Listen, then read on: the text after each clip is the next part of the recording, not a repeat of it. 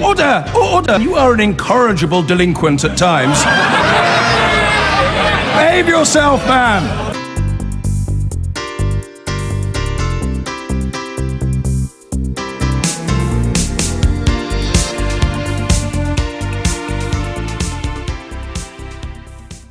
Straight-talking, honest politics. That is what Labour is promising us at their conference here in Brighton.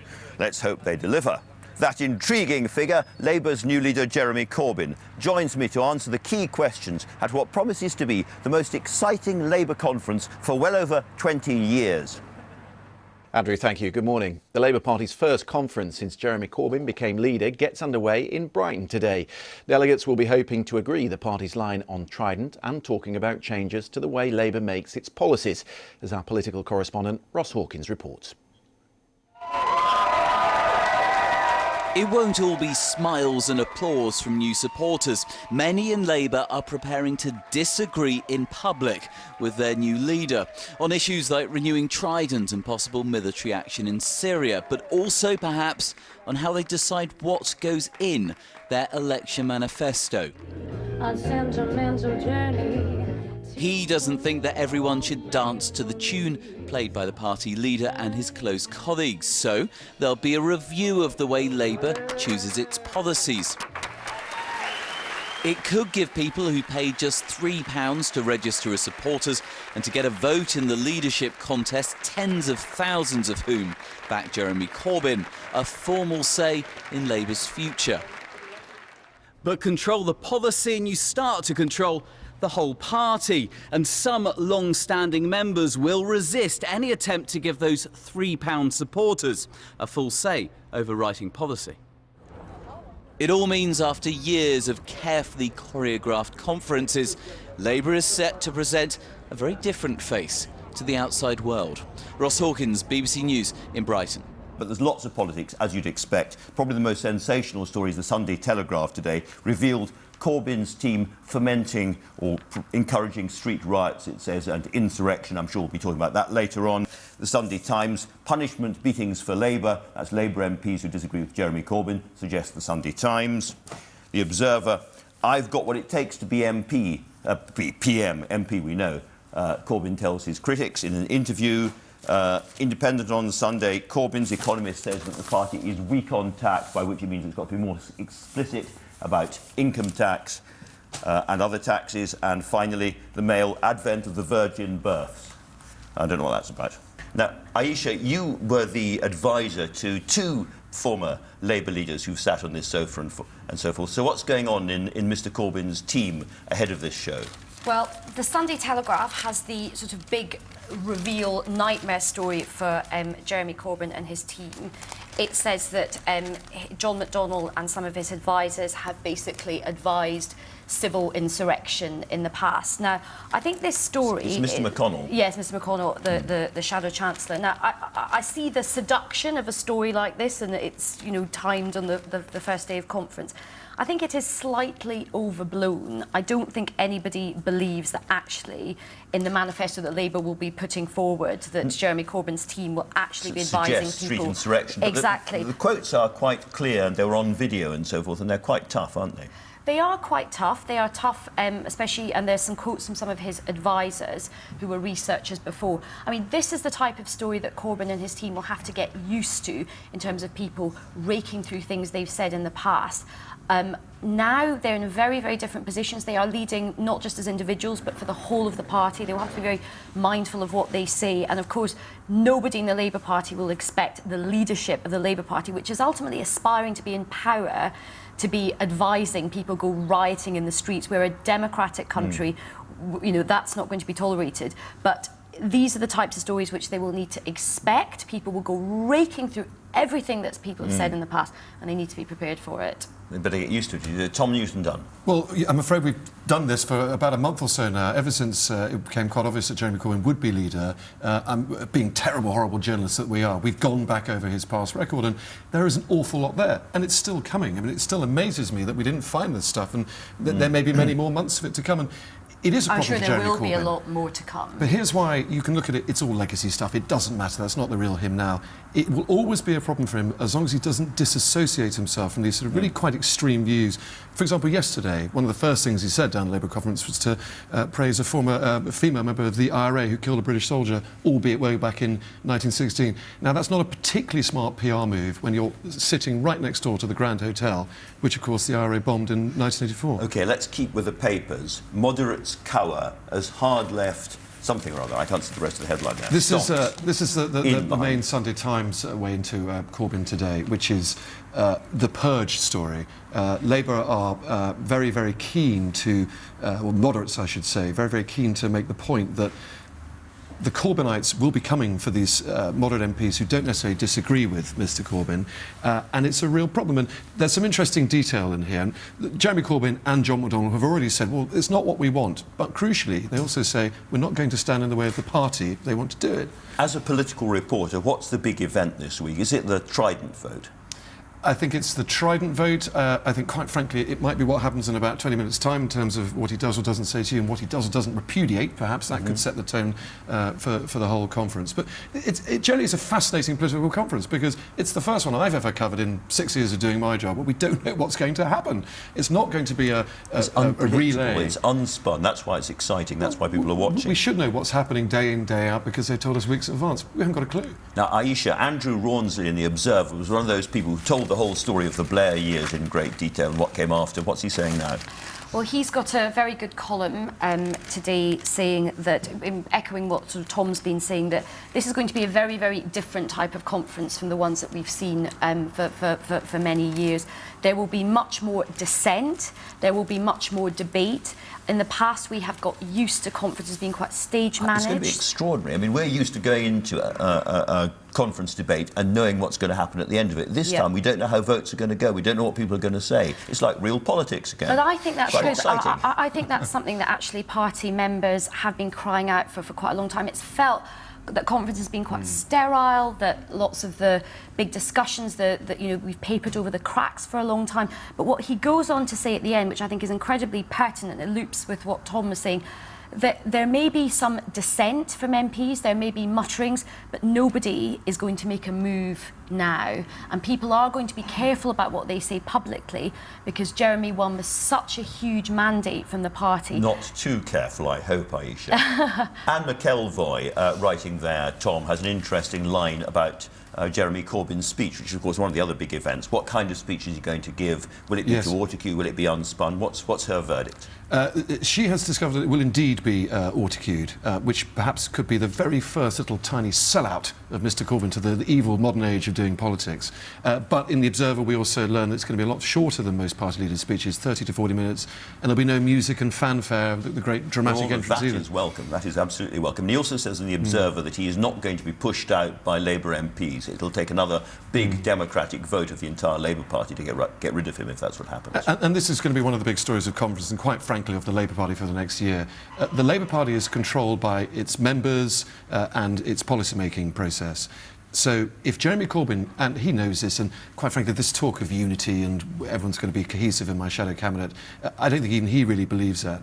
If he can get his hands and control the policy-making process, then he has control of the whole party. But I do think the shadow cabinet and even if people, did not vote for Jeremy, most of the PLP didn't, and certainly the shadow cabinet, the mandate that he has from the members is so strong. 60%. The general view is that people think, okay, I might not have voted for this, this is what has been delivered, and we have to give it a go and we have to try and make it work. Let me ask about something else, because you worked for Harriet Harman for a long time. Yvette Cooper has made a big intervention on sexist abuse, driving women out of politics, and she blames people on the hard left for that. Do you agree with her?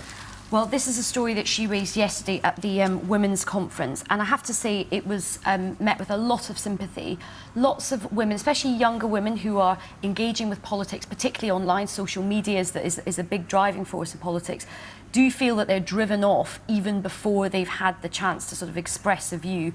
I think that during the leadership contest there was a lot of pretty nasty behaviour across the spectrum, particularly against women, but actually across to men as well. But I think this is something that So Yvette is it right. wasn't just, as it were, from the Corbynista side, it was across the party. I think it was across the party, and I think people do, especially if you're a Labour member, you do have a set of values, which is not to basically cyberbully and sort of, beast people online. Is this going to drive people off to the Women's Equality Party in due course, do you think? Well, I think it used to be that the Labour Party was sort of the only show in town in terms of sort of women's issues, and there is a new party called the Women's Equality Party. I think they seek to put pressure on the main parties, a bit like UKIP has sort of put the issue of Europe onto the agenda. They want to put the issue of women's representation, and not just women MPs, but actually the positions in power that women hold. So I think there is going to this women's issue is going to be even more of a contested issue now. Now, Jeremy Corbyn isn't the first Labour radical to storm to the leadership of the party on the back of popular discontent.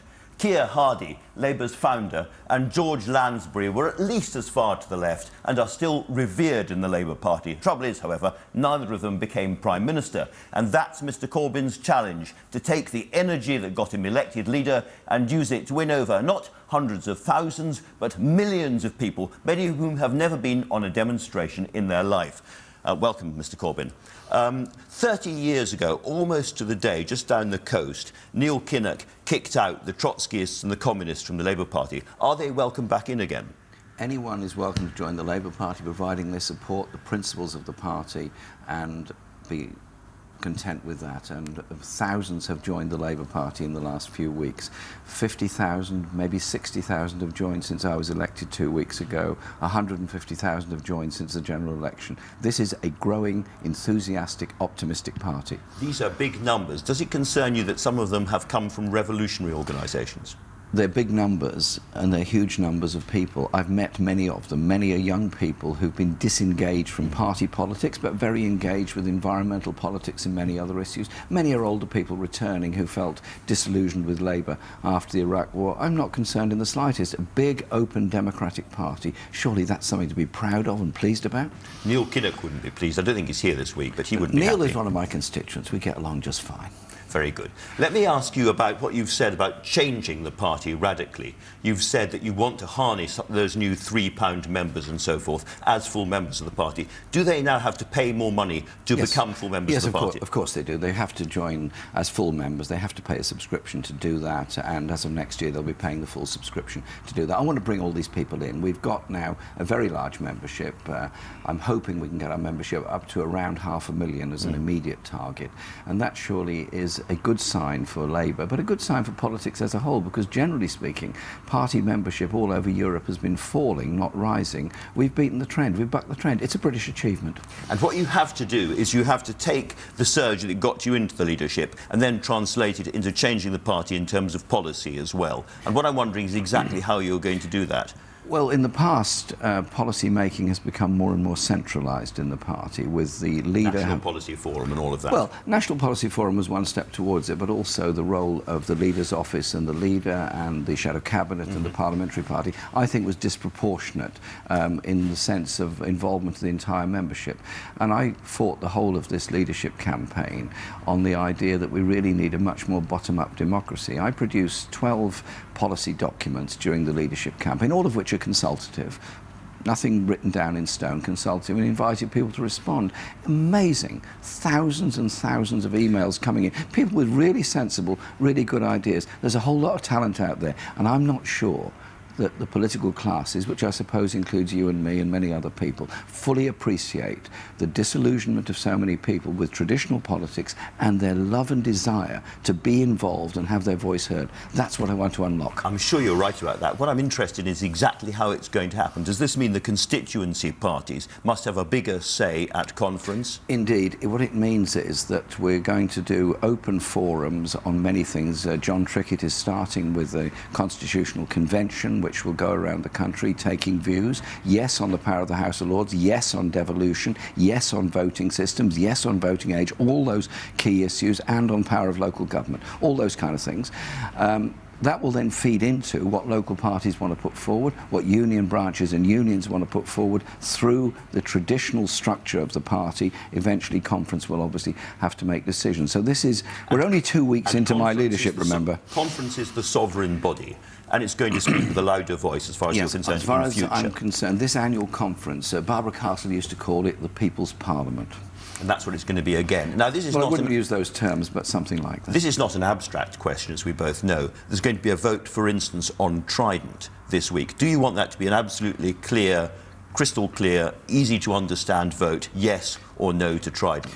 My views on Trident are very well known. My views I put forward in the leadership campaign were two absolutely central points to it. One is I want us to fulfil our obligations under the Nuclear Non-Proliferation Treaty to take steps towards disarmament, hence non-renewal of Trident. Secondly, I want to ring-fence that money that was earmarked for Trident to invest in engineering, defence diversification. So people's jobs are not at risk because of this. In fact, the engineering and employment base of this country would be stronger for that decision. So you'd be against any attempt to kind of fudge or composite or push to one side the clarity of the vote on Trident this week? Well, sadly, the Labour leader has no dictatorship over the conference arrangements. But your view? Well, the conference arrangements committee or anything else, I think there's going to be probably a series of alternatives put there, and we'll see what happens. Now, they're deciding this at the moment, actually, so if we could sort of shoot the cameras over to the Conference Arrangements Committee, we'd see compositing in action. Would you like to film that? I think nobody would want to watch that. Oh, no, it's very exciting, I promise you. I don't believe that for a second. Nonetheless, if the party votes against Trident, as you hope it will, where does that leave all those members of your shadow cabinet, all those MPs who stood in the manifesto diametrically opposite to that and who have very sincere, clear views? Hilary Benn was on the sofa last week talking about it. They believe that Trident's kept the peace. They want to keep Trident. Do they then have to belt up because the Labour Party conference has changed its view? In some ways, this is in the government's hands because they are due to bring the main gate decision, as it's called, on Trident replacement to Parliament next year, and I understand it's going to be June. Excuse me. There will then be a vote in Parliament at that time. My view is absolutely clear. We'll have that discussion around the table at the Shadow Cabinet. We'll have that discussion in the Parliamentary Labour Party. At the end of it, we're still all going to be Labour MPs. We're still all going to be in the same party. So the question really is it the view of the Shadow Cabinet that becomes the Labour Party view whipped in the House of Commons, or is it the view of Conference that becomes the Labour Party view whipped in the House of Commons, or is there no whip at all? You're asking the most fundamental philosophical question that's ever been asked, Well, apart from who guards the guards. So what's the fundamental philosophical answer? The fundamental philosophical answer is we're going to have to discuss it and debate it and come to a philosophical solution to it. But I understand colleagues' views. I hope to persuade them that a nuclear-free world is a good thing, that fulfilling our obligations under the Nuclear Non-Proliferation Treaty and promoting a nuclear weapons convention is a good thing. They're all signed up to multilateral disarmament, by the way, and that there are many people, military thinkers, who are very concerned, indeed opposed to Trident, because they don't see it as part of modern security or defence, because they don't see any situation in which Trident would become an option you would think about using. This is a weapon of mass destruction. You have held these views very strongly for a very long time. All my life. But Hilary Benn, Charlie Faulkner, same thing on the other side of the argument. All I'm asking is what's going to happen? We're going to come to an accommodation of some sort. There may end up being a difference of opinion. Is it so disastrous? Andrew, please. Is it so disastrous that politics has two opinions? So therefore it is conceivable that the vote comes along, the leader of the Labour Party votes one way, the shadow Foreign Secretary votes another way. Is that conceivable? I will do my persuasive best to bring them around to my point of view. Look, watch this space. All right. OK, let's move on to another thing that's going to probably come up quite soon. We've heard overnight that France has begun bombing inside Syria, and there may well be a vote in the House of Commons on that again soon. That's not something that can be fudged again. Is there going to be a clear Labour Party position taken by all Labour MPs on that issue, or matter of conscience, war and peace, free vote? Look, what's happening in Syria is dreadful, half the population are displaced or dislocated and in refugee camps, 2 million people in Lebanon alone, and many others. It's obviously disastrous. ISIL is a perfectly atrocious and appalling force. That we all agree on. There is a 4 or 5-way civil war going on in Syria. Ultimately, there has to be a political solution. That's got to involve Iran and all the neighbouring countries. Hilary Benn, our Shadow Foreign Secretary, and I had quite a long discussion about this yesterday, very interesting discussion. He will be making a case tomorrow in his speech, and I'd rather wait until he makes that case tomorrow. For or against He will bombing? make the case tomorrow about our views, and my own position I've just put to you is that I think the priority has to be a political solution. Interestingly, the Foreign Secretary, when he was in Tehran, did say that he welcomed the renewed relations with Iran. I do, providing it's accompanied by a human rights agenda, and at the same time Iran can be part of the political solution in the whole region. One of the things that's changed since we last talked about this, of course, is that Putin has put in jets and troops and tanks to bolster Assad. Is one of the things you're worried about, that if we started to bomb in Syria, we'd start to hit Russians and we could stumble into some kind of unintended but lethal confrontation with Putin's Russia? The danger is we end up with a proxy war between Russia and others in Syria on top of an incredibly unpleasant, nasty civil war within Syria. And who are the losers of that? Ordinary people just trying to survive. Many of those we've seen desperately fleeing to try and get refugee status in Europe and other places. There's got to be a political solution as quickly as possible. So that kind of confrontation with Russia could happen. Can I ask about Putin generally? Here is somebody whose tanks are rumbling right at the moment through Ukraine, which used to be an entirely sovereign country, somebody who terrifies the wits out of the Baltic states at the moment. Do you regard Vladimir Putin as a threat to world peace, or do you think he's just reacting to NATO? I'm not a supporter of Putin. I'm not a supporter of his human rights agenda. I'm not a supporter of Russian militarism or indeed anybody else's militarism and expansion. I think there has to be a serious negotiations with Russia to try and demilitarize that whole boundary between Poland and Russia, Ukraine and Russia, all down that line, as a way of bringing about a greater sense of peace and security in Europe. Do I support what Russia's doing? No, absolutely do not. Do you think that this was caused by NATO provocation, is what I'm really asking, I suppose? I think, quite honestly, it's a bit of both. I think the Russian military have been pushing Putin to be more aggressive. I think NATO have had a long-term agenda of expanding eastwards. I think, basically, the two military pressure groups play off each other, and we're all the losers for it. We're losers for it because we're spending more and more money on it. The losers for it are those poor people in eastern Ukraine and other places who are losing their homes because of the fighting that's going on. There's got to be a political approach to this, and it's not going to be resolved by more and more arms being sent to the borders. Now that NATO is in the Baltic states and in Poland and so forth, do you think those states should stay within the NATO ambit, or are you suggesting a much wider demilitarisation of Central Europe? They've decided to join NATO. Ukraine is not a member of NATO, and Ukraine was indeed a non-aligned foreign policy status after its independence in 1993, or the agreement was made in 1993. I think there has to be an agreement to try and remove troops on both sides from near the border in order to bring about that peaceful. That can be done whether a country's in NATO or not, of course. Let me ask you about another big story of the day, which is John McDonnell, your shadow chancellor, supporting only 3 years ago insurrection, violence in the streets, and describing somebody who threw a fire extinguisher, which could have killed people, as being not the criminal. It was the politicians who imposed the policies who were the criminals. What do you make of those comments? I think the point John was making was that was at the end of a student demonstration, and this person threw a fire extinguisher on the roof, which was a stupid. It was a stupid and absolutely wrong thing to do. I think that, and I'm sure John thinks that as well.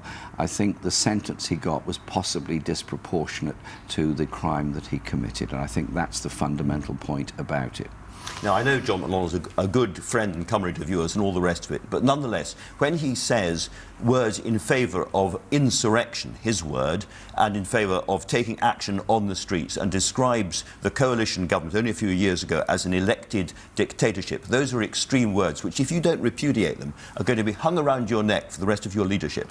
Well, the coalition government was elected by a minority, as this government has been. But there's a long way between that and saying it's an elective dictatorship. Many people use those words about Margaret Thatcher, including many Labour MPs at the time. It's not words I would use myself. I'd prefer to fight people in parliamentary terms. I don't believe in any kind of dictatorship, actually, elected or otherwise.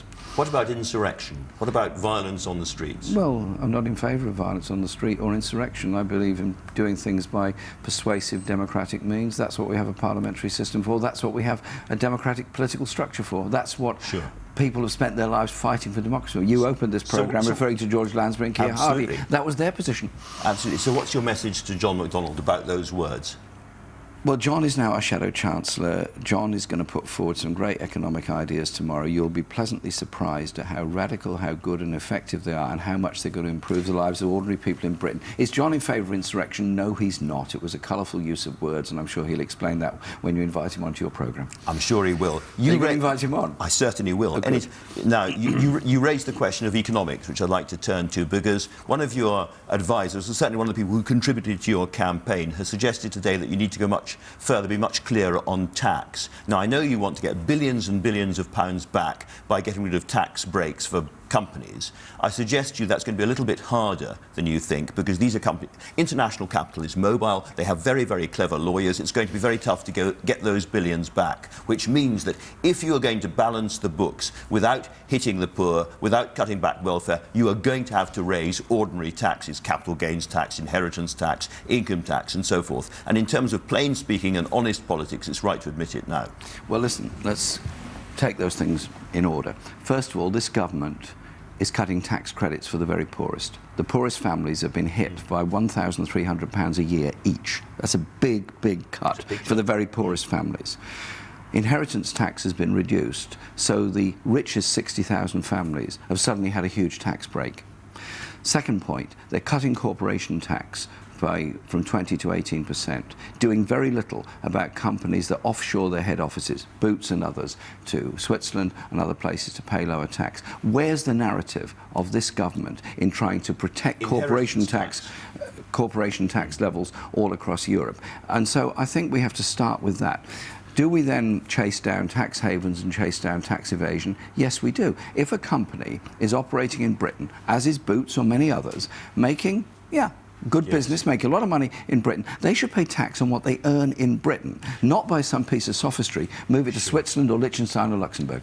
I think a lot of people will agree with that. Good. We're making progress. A lot of people watching will say, but I want to know what Jeremy Corbyn thinks about the taxes I pay. I want to know about what he thinks about the bottom rate of income tax, the top rate of income tax, inheritance tax. Bottom rate of income tax, I would hope we could lower if we can to help for the very poorest, for the very lowest earners. Okay. That's a hope. I would want to keep the top rate at 50%, 50 pence, keep it there. I have no plans to raise it beyond that, neither has John. All right, what about inheritance tax? A lot of people are, delighted by the big cut in inheritance tax. Is that something you'd look at again? Well, it should be graded, actually. Somebody leaving a normal house to their children or family, fine. But when you cut overall the rate of inheritance tax, that means the very richest become richer because of it. You mentioned Hardy and Lansbury, the whole issue of inheritance tax, death duties as it was called, at the start of the 20th century, was a huge controversy, and the richest and most powerful used the newspapers of this country to try and defend their wealth and their inheritance. Highly successfully, because neither of those two ever became, they were both Labour leader, they were both, as I said, revered in the party. They never got anywhere near Downing Street. Yeah, but death duties was introduced. Death duties was introduced eventually, that's absolutely right. We can't quite see the Grand Hotel from here, but it was blown to pieces by the IRA in an attempt to murder the British cabinet at the time. Do you regret, just a few weeks later, inviting members of Sinn Féin into the House of Commons, given what we know now? I invited people who were former prisoners, who had served their sentences, into the House of Commons at that time for a discussion about the prison situation and conditions in Northern Ireland, for a discussion about the possibility of a political development and a political solution. All through the 1980s, yes, I did make myself very unpopular with some people by a preparedness to reach out to the Republican tradition in Ireland to say, ultimately, this war is unwinnable.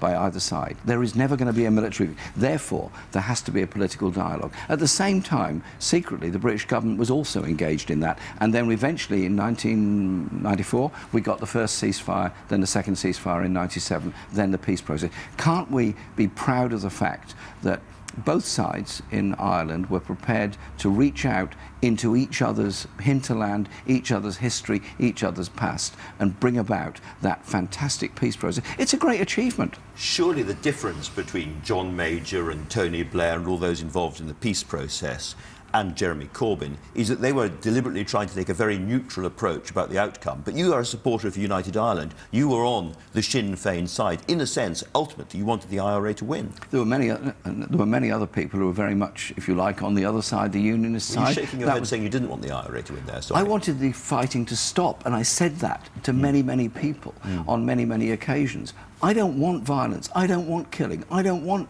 all the horrors that go with it. And also, when you get to that kind of conflict, you end up with a destruction of the civilian law system. Remember supergrass trials, remember imprisonment without trial, remember the ban on travel and all the other things. None of that brought about a solution. You've spoken much more eloquently against what you say is the state to violence, the British state at that time, than you have against the violence of the IRA. The violence was wrong on all sides, and I've said so all along. My whole point was, if we were to bring about a peace process, you weren't going to achieve it by military means. Talk to anyone who was in the army at that time in Northern Ireland. Did kicking in doors on street terraces all through Derry bring about a peace process, or did ultimately the political dialogue that John Hume had, Gerry Adams had, that all of the Ulster Unionists eventually came to? Surely that was an incredible achievement. Yeah. A lot of this is about the timing of when you speak to people. And you spoke to them right when things were at their worst. You regarded that as important to open the dialogue. To speak to people? Well, so if there's an ISIS incident next week and someone's beheaded or something, would you talk to ISIS people? No, I wouldn't talk to ISIS people. I'm sure ISIS people wouldn't want to talk to me, because they're not, as far as I know, a force that wants to negotiate with anybody. My view on ISIS is you've got to cut off their money, cut off their arms, cut off their oil sales in order to try and isolate. But you've also got to have a political and a cultural campaign to try and persuade young people, and they're predominantly young people everywhere. There's nothing glamorous or great about what ISIS or ISIL are doing, and it's a perversion of Islam. So you wouldn't talk to these people?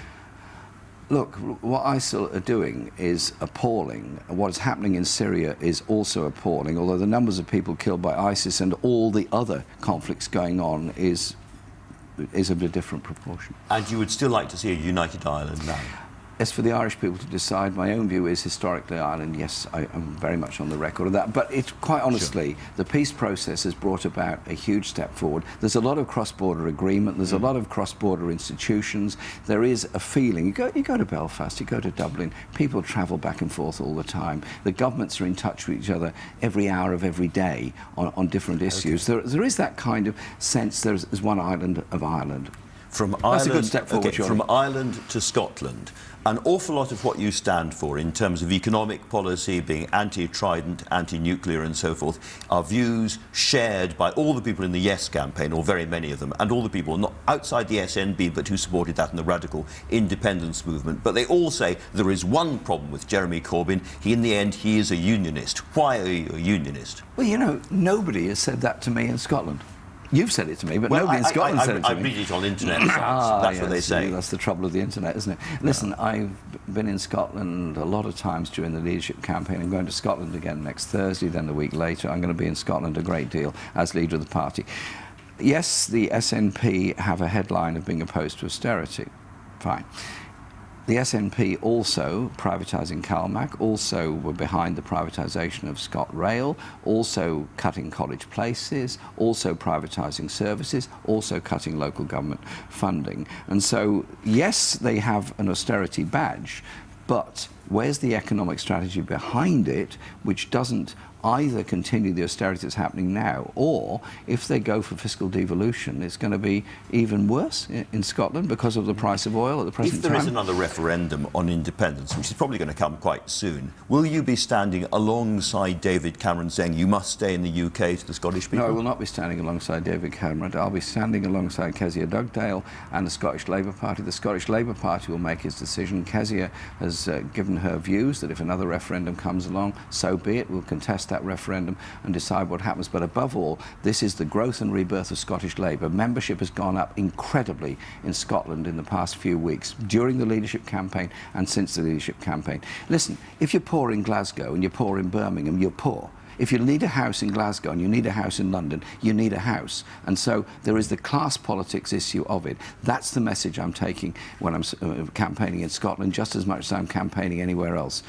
Flags don't build houses. OK, carrying on with flags and class and all of that, and putting aside the personalities of the Queen and the Prince of Wales and all the rest of it, would Britain be better off as a republic? That's for people to decide, not me. I'm not... You're the leader of the Labour Party, come on. No. The issue of the head of state isn't the issue. The issue is democracy in this country. The issue is an unelected upper chamber. The issue is the royal prerogative held by the Prime Minister, largely unaccountable. That royal prerogative, in my view, should be brought under parliamentary scrutiny. And I say this as somebody who wants to be Prime Minister. I don't want that unaccountable power. I want to be accountable to an elected body. Democracy isn't just about symbols. It's about how it actually operates. But it's also about symbols, and we have... I said just about symbols. It's also about symbols, and therefore, as a symbol, a lot of people on your side of politics would say the trouble with the monarchy is not just the royal prerogative, difficult though that is. It's not just the House of Lords and the connection with the House of Lords and the Church of England. It's the fact that it sends the symbol. Right at the top of society, there is an unelected hereditary system, which kind of has to ultimately go if we're going to have a fully democratic society. I'm not in favour of hereditary systems in politics. We do have a head of state who is hereditary. I think I'm right in saying the majority of people probably go along with that in Britain.